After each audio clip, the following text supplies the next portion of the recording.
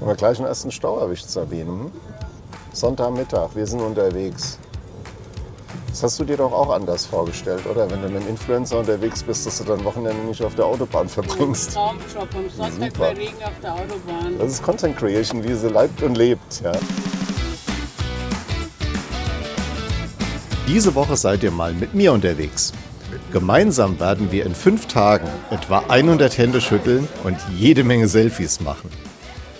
Wir sitzen 22 Stunden im Auto, legen 2200 Kilometer zurück und dann treffen wir sogar noch einen Erlkönig.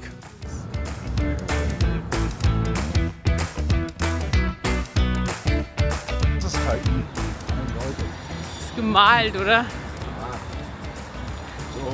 Das Licht ist auch geil. Unser erster Stopp ist in Hamburg. So, um was geht es heute eigentlich? Heute ist Bankenaufsichtstage. Heute reden wir ein bisschen über Regulierung. Ich darf noch einen Beitrag zu KI machen. Spezialthema Social Media. Ach, ich habe mich noch gar nicht vorgestellt. Ich bin Jürgen Schmidt, der Bankbart. Und für die Deutsche Bank bin ich auf Entdeckungsreise.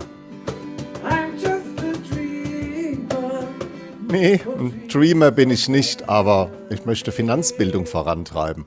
Und dafür erforsche ich Themen und Trends der Zukunft. Und darüber rede ich auch gerne. Was macht der Influencer? Der baut selbst auf, genau. Ich bin ein Corporate Influencer und auch das ist Teil meines Alltags. Aufsteller aufbauen. Sie die mal Personal anschaffen wirken. Das Personal filmt gerade hier. Aber für was braucht man Corporate Influencer? Das frage ich Sarah Maria. Sie ist Corporate Influencerin, jetzt selbstständig. Die Schweizerin influenzt im Bereich KI. LinkedIn nutzt sie für ihre Sichtbarkeit und einer ihrer Posts wurde sogar 2,5 Millionen Mal gesehen. Sie sieht die Stärken eines Corporate Influencer im authentisch sein. Genau da können Corporate Influencer in die Bresche springen, indem sie der Marke ein Gesicht geben. Weil Menschen kaufen von Menschen. Menschen kaufen eine Haltung und Werte. So noch ein paar Ergänzungen kommen jetzt noch rein. Ich habe so ein leichtes Gefühl bekommen, wer auch hier ist und was die Leute auch hören wollen. Und das kann ich jetzt noch ein bisschen ausarbeiten und vertiefen. Skyhive kommt mal dran. Und es gab halt, ich habe noch ein paar. Na, und manchmal müssen wir auch ein bisschen angeben. Ah, okay, das sind zu schade zu haben. Nee, ehrlich, die Menschen, die mich einladen, interessiert oft, was ich über bestimmte Themen denke oder was meine Erfahrungen als Banker und Entdecker sind. Und das hat eine Wirkung. Also eben mit Corporate Influencern hat man auch ein bisschen die Möglichkeit, mal abseits vom Mainstream, was man sonst teilt als Unternehmen, mehr Einblicke zu geben in das Unternehmen, sich menschlicher und nahbar zu machen. Es kann auch mal sein, dass ein potenzieller Bewerber denkt, hey, der Jürgen ist so geil, ich will mit ihm zusammenarbeiten oder so. Daraus ergeben sich sehr viele Effekte. Ja, Wuppertal, Station Nummer 2. Wir sind jetzt kurz vor knapp und gehen jetzt in die Deutsche Bank. Die schließen um 4 und jetzt haben wir genau 15.50 Uhr. Die Deutsche Bank Filiale in Wuppertal. Hier wird heute Abend der Sales GP vorgestellt. Ich bin eingeladen, aber ich komme nicht rein. Aber als ehemaliger Händler gebe ich so schnell nicht auf. Zur Freude meiner Kollegen.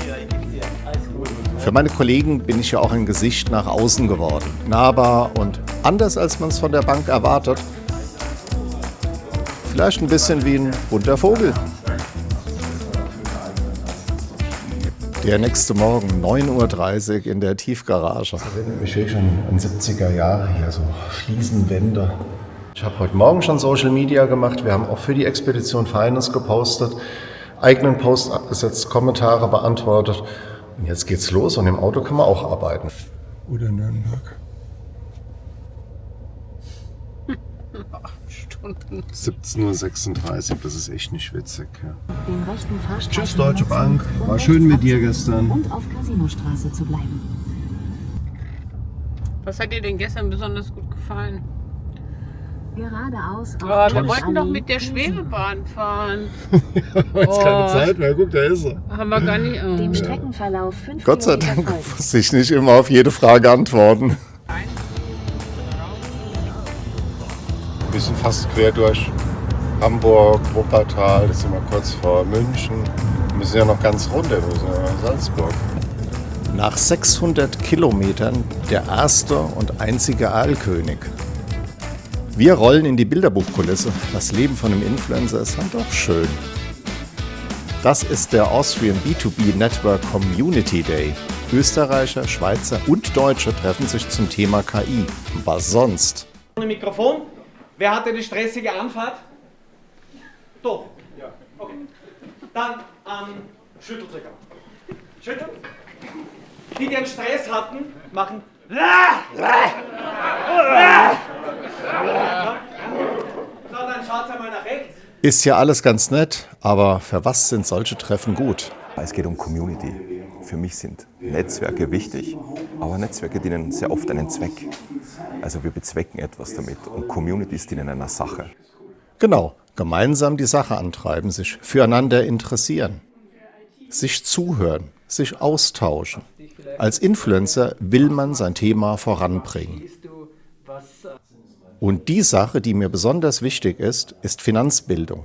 Deswegen erzähle ich jedem Journalisten auch stundenlang davon. Und gerade um das Thema Finance. Iris ist eine richtige Journalistin, also von der Zeitung. Sind Influencer gut für Finanzbildung? Na, ich finde, die es ernst nehmen, sind auf jeden Fall eine Bereicherung, weil man dieses Feld sehr lange, ich sage mal, manchen überlassen hat, die keine Finanzbildung in dem Sinne im Fokus haben, sondern eher vielleicht persönliche Bereicherung, und das ist nicht gut. Also alle, die hier wirklich das Ganze ernst nehmen, sind zu begrüßen. Ich teile mein Wissen, und das ist genau die Grundlage für Vertrauen. Wir reden über Vertrauen, ne? Und über das Vertrauen machst du das Geschäft.